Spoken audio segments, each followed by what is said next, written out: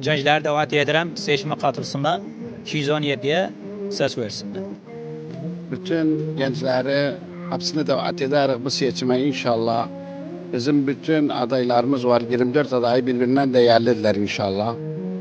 Ehem şey bizim kaymamızdır. Kuvvetli ederiz. Bütün düşmanları hepsini davet ederiz.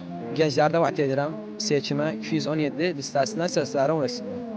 Biz Türkmen gençler olarak bütün gençleri Kerkük'te, bütün köylerde davet edip seçime katılsınlar. 217'ye Türkmen Cevherli listesinden sesler versinler.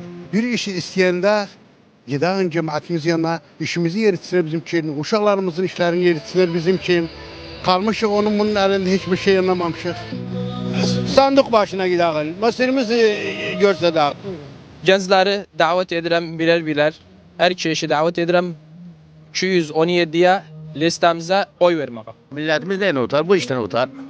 Acaba buna da gitmirsek daha hiç ne edecek? Bir şey demeyiz daha hayatta. Hiç olduk.